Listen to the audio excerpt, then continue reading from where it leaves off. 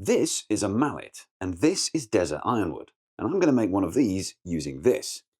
Desert ironwood is one of the heaviest woods in the world, and despite sharing some of its name with the heaviest wood in the world, this one comes in at number 8 on the list, according to the wood database, which is still pretty heavy. So, to give you some idea of just how heavy this is, it's about twice as heavy as oak, and I'm assuming it's going to be very hard to work with. So, this should be a challenge. At the moment, this ironwood, I think, just a little bit too thin. So, my plan is I'm going to cut it down here, separate it into two pieces, then I'll be able to make a cut and use 3 of those thinner pieces to make the thickness that I want for the mallet head. At least that's the plan. I decided with this project to at least do a little planning, as I only have this one piece of ironwood and I need to make sure I chop it up in a way that allows me to get all the different components I need. Before making any cuts on the ironwood, I decided it'd be a good idea to sharpen my saw, which I've never done before. So I haven't used this handsaw for quite a while. The last thing I used it for was cutting insulation when I was building this shed. So it got a little bit beaten up and now it needs a good clean and sharpen. But the good thing is, it is sharpenable. So a good chance for me to learn. Okay, now that I've made a mess of my workbench again, before I sharpen it, I'm going to give it a little test cut on a different piece of wood to see how it cuts before sharpening, because it's always nice to have a little comparison and see if you've actually made a difference. This is just a piece of pine or something, so it should cut a bit easier.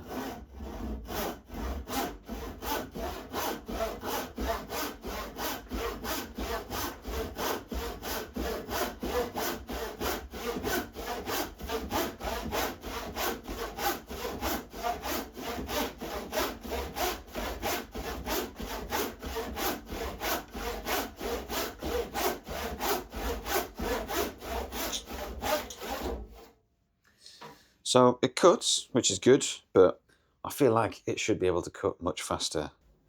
As I said, I've never sharpened a saw before and I've probably got a lot to learn, but the basics are actually fairly easy, if a little tedious. This time I'm sharpening for a rip cut, which is a little easier as all I need to do is run the file straight across, matching the angle of the existing teeth that are already there, rather than having to do any specific angles which a crosscut would require. Okay, let's try it.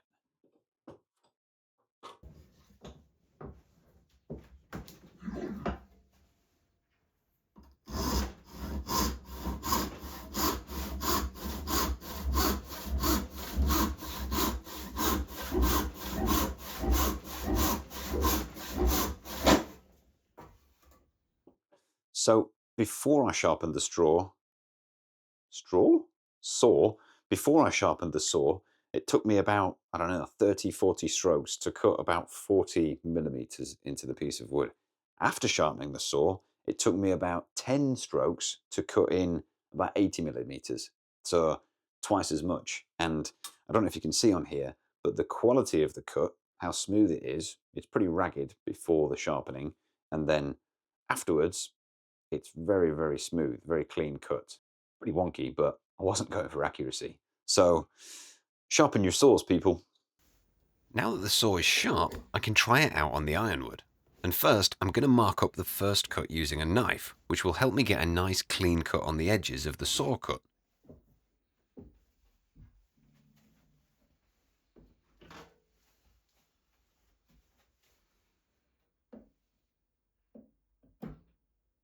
And the saw worked surprisingly well after sharpening. It obviously wasn't as quick as a power saw, but it was much quieter and a lot more satisfying.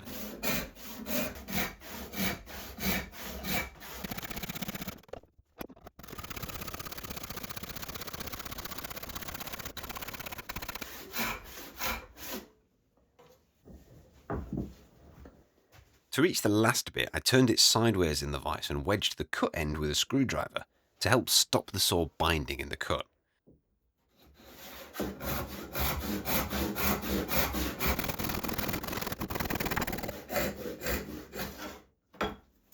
And it wasn't a perfect cut, but it was pretty good. I think the next thing I want to test is whether I'm going to be able to plane this. So obviously sharpened the saw and that got through this, but planing is going to be a different story. So first thing I want to try and consider is the grain orientation, which is quite difficult to tell. So I'll just try it one way. If that doesn't work, try the other way. It took a bit of practice to get the plane dialed in, but eventually I started taking what could loosely be called shavings. Okay, so this is not like any wood I've planed before. I'm getting all of these very small shavings, which I'm not entirely sure why. I did a bit more planing, trying out a few different orientations, and eventually turned to the number 80 scraper instead, which it was much more effective at getting the surface smooth, but I wasn't that confident that it would make things nice and flat, which was going to be important when it came to gluing things up.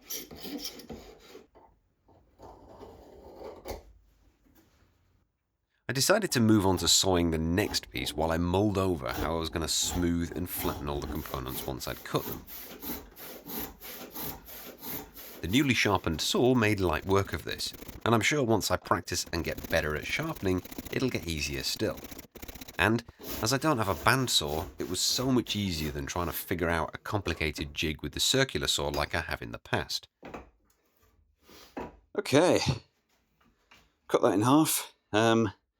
They are by no means perfect or the same thickness, so I've got a lot of work to do here, but they're in half. Before flattening the pieces, I cut them closer to their final dimensions. I decided to give the plane another go at flattening the pieces, but not before I gave it a good sharpen. While it worked beautifully on my nice piece of softwood, it didn't perform quite as well on the ironwood.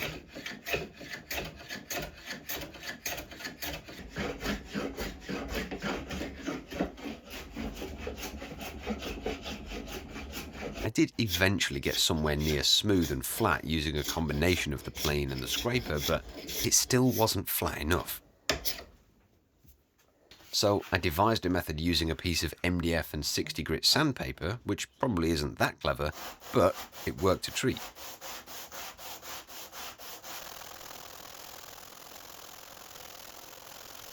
As you can imagine, this was a pretty tedious process, and it generated a lot of fine dust, so a mask was essential.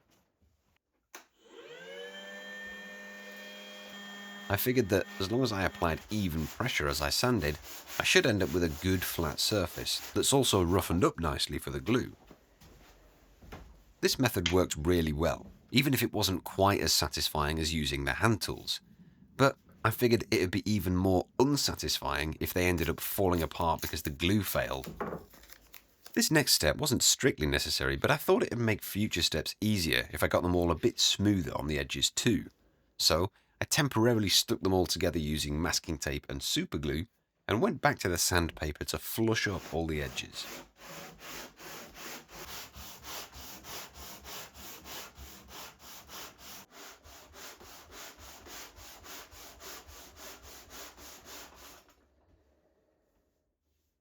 Okay, so using that sandpaper worked really well. They're not perfect, but they're very flat now, and I should be able to get a good glue bond when I stick these all together. But first, what I want to do is prise it apart and cut the bit where I want the mortise to go through for the handle. For a temporary glue up, it was stuck pretty solid.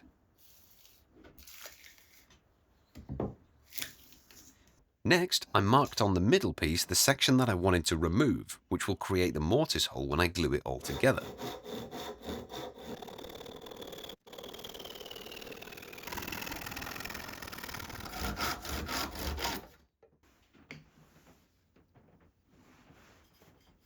The cut pieces needed a little bit of refining to get them sitting perfectly flat, but with a little bit of extra work on the sandpaper, they were nice and flat and ready for some glue.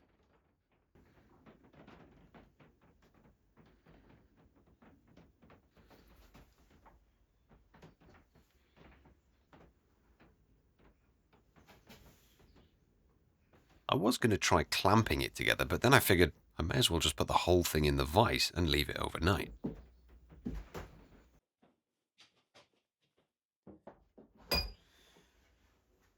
Okay, so it's the next day and we have a nice solid mallet head. It's a little bit rough at the moment. It obviously needs some clean up on all the sides. I've also got the nice mortise hole cut through here, so that's a job that I don't need to do.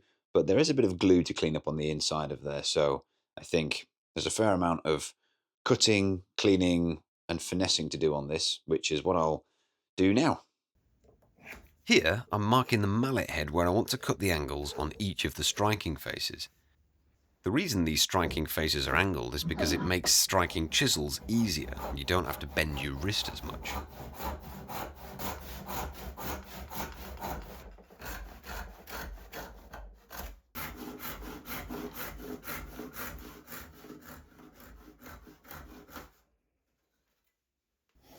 On the bottom side, I made a couple of cuts at a slight angle, which will hopefully give the mallet a nicer transition and shape from the head into the handle. And once I'd got all of the cuts made and the mallet head closer to the final shape, it was back to the sandpaper to get everything smoothed and perfected.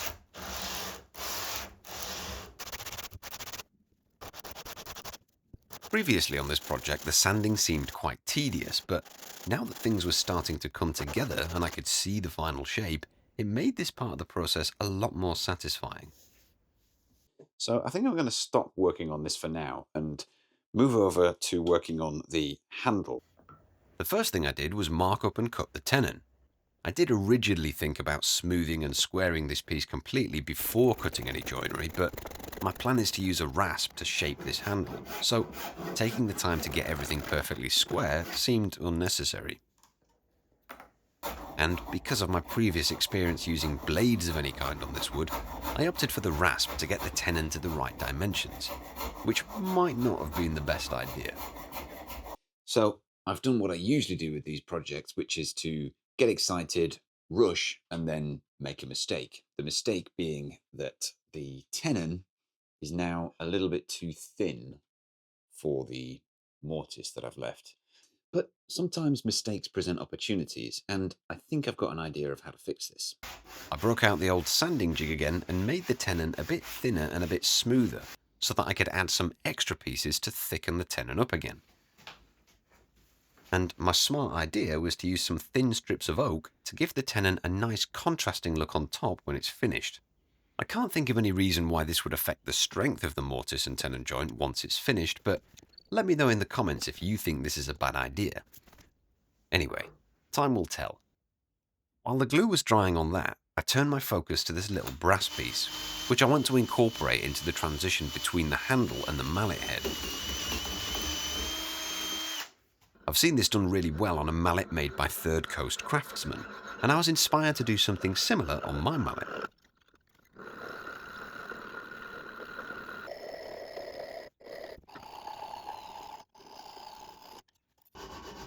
It took a little while to cut and file a hole for it to fit over the tenon, but Winnie kept me company while I worked.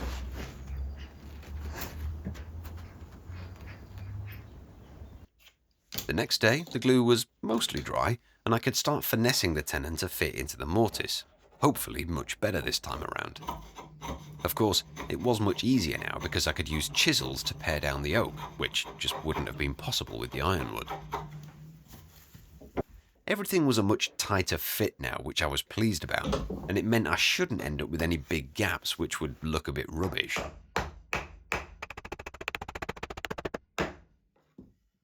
Before gluing the head on, I used a rasp to shape the handle closer to the shape of the brass. Otherwise, it might have been a bit tricky if the mallet head was in the way.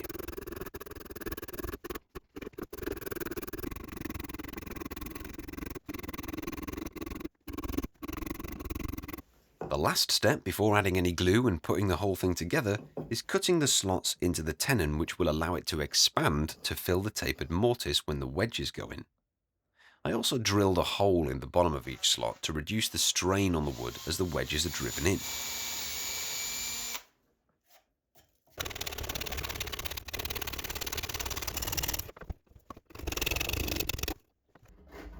Once I had the slots cut, All I had to do was cut a couple of wedges and I was ready for the glue up.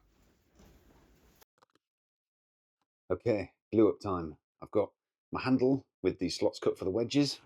I've got the wedges, the brass piece, and the mallet head, plus some super strong epoxy to hold it all together.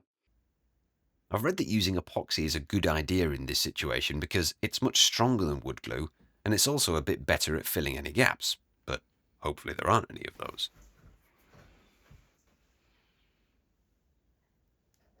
I probably should have waited until I'd gotten the brass piece on here to put epoxy on the entire tenon, but apart from making a bit of a mess, it didn't cause too much of an issue.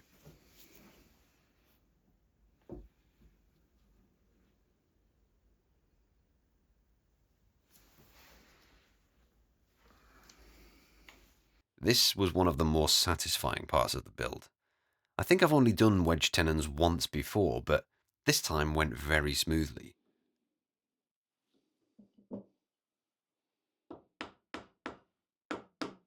You can see in this shot how the tenon spreads as the wedges are driven in, which, along with the epoxy, should keep this thing together forever.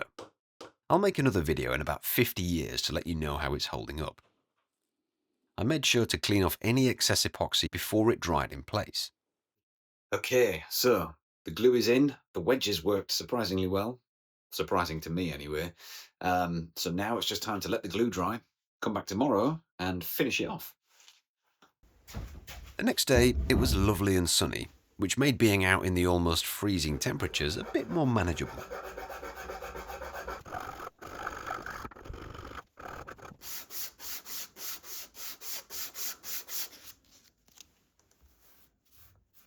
This Shinto rasp really proved its worth here. For such an inexpensive tool, the things it's allowed me to do has been very impressive, and it's actually pretty fun to use.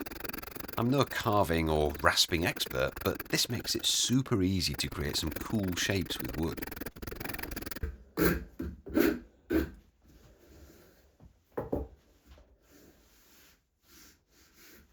After the rasp, it was onto the sandpaper to get the finish nice and smooth, and this was quite a therapeutic task. There wasn't a great deal of thinking required, so I could just listen to the sounds of nature and of sanding.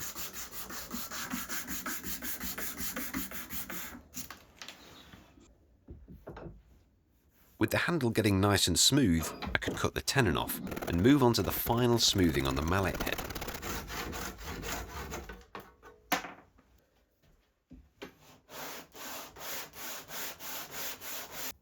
I worked up through to about 240 grit on most areas, and also eased the edges and corners so that they were a little less sharp.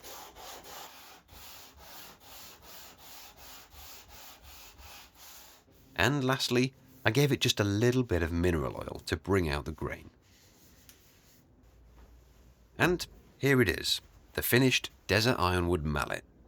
I'm really pleased with how this has turned out, especially after the challenges I encountered making it. Desert Ironwood isn't an easy wood to work with, but the finish after sanding is beautiful, especially in this late afternoon sunlight. If you've enjoyed this video, please let me know down in the comments. I also have a few other videos you might be interested in. And if you feel I've earned it, please consider subscribing and find out how this mallet performs on my future projects. Thanks for watching.